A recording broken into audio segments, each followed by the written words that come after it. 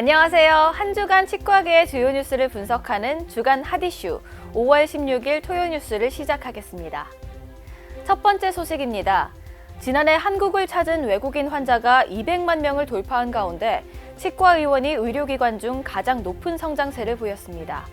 보건복지부에 따르면 치과의원 이용객은 전년 대비 129% 가까이 급증하며 증가율 1위를 기록한 것으로 나타났습니다. 다만 치과병원의 증가율은 마이너스 4.5%로 의료기관 중 유일하게 감소한 것으로 확인됐습니다. 한편 국적별로 살펴봤을 때는 타국가에 비해 러시아 환자의 치과 방문 비율이 높았습니다. 지난해 우리나라를 찾은 2만 7천 명의 러시아 의료 관광객 중 8.3%에 달하는 2,250여 명이 치과 진료를 선택한 것으로 조사됐습니다. 이어 몽골이 4.95%, 미국이 2.97%, 호주 2.8% 순으로 나타나며 K치과 의료의 글로벌 경쟁력을 입증했습니다. 다음 소식입니다. 대한치과의사협회 제34대 집행부가 이정우 협회장 직무대행 체제로 본격 운영됩니다. 이번 체제 전환은 지난 4월 30일 서울 동부지방법원이 제34대 취업회장단 선거와 관련해 박영섭, 김광호, 송호택, 황우진 전 후보가 제기한 직무 집행정지 가처분 신청을 인용한 데 따른 조치입니다. 취업은 지난 7일 임시이사회를 열고 이상구 총무이사를 사무총장으로 임명하는 등 현안 대응에 나섰습니다. 2027년도 요양급여 비용 인상률을 결정하기 위한 수가 협상이 본격 시작됐습니다.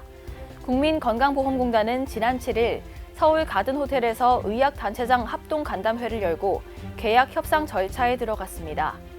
이 자리에서 취업은 치과가 상대적으로 보장성 측면에서 취약하다는 구조적 문제를 지적했습니다.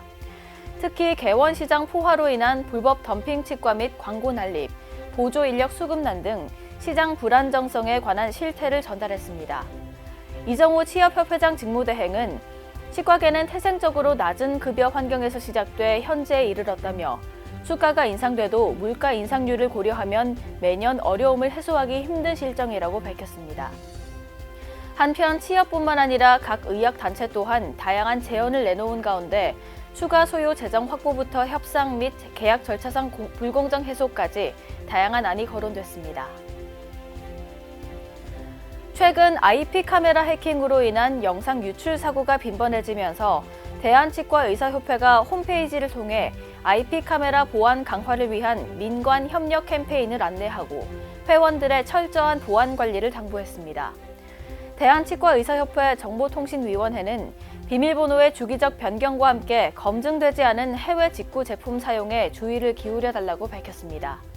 특히 설치 금지 장소와 촬영 위치를 재점검해 영상 정보가 무단 유출되는 사고를 사전에 차단해 줄 것을 거듭 강조했습니다.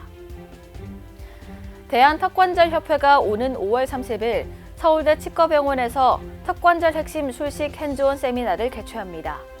이번 세미나에서는 턱관절협회 황진혁 회장 등이 연자로 나서 웨어러블 근전도 장치를 활용한 이갈이 검사부터 보톡스 주사법과 턱관절 강세정술까지 임상가들에게 꼭 필요한 실전 기술을 전수할 예정입니다.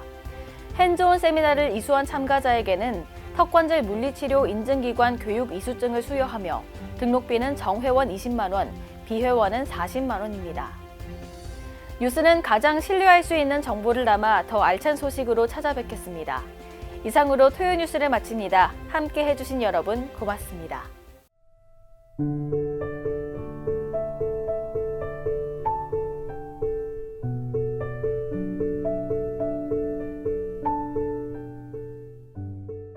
임플란트 유명한 게 좋을까? 뭐가 달라도 다르겠죠.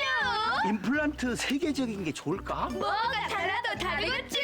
치과 의사에게 사랑받는 게 좋을까? 뭐가 달라도 다르겠죠. 오스템 임플란트!